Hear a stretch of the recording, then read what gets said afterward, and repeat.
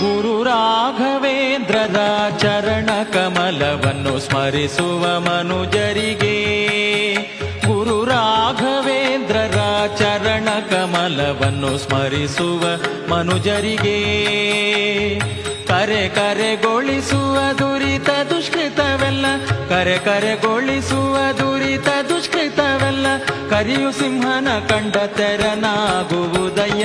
ರಾಘವೇಂದ್ರರ ಚರಣ ಕಮಲವನ್ನು ಸ್ಮರಿಸುವ ಮನುಜರಿಗೆ, ಗುರು ರಾಘವೇಂದ್ರರ ಚರಣ ಕಮಲವನ್ನು ಸ್ಮರಿಸುವ ಮನುಜರಿಗೆ.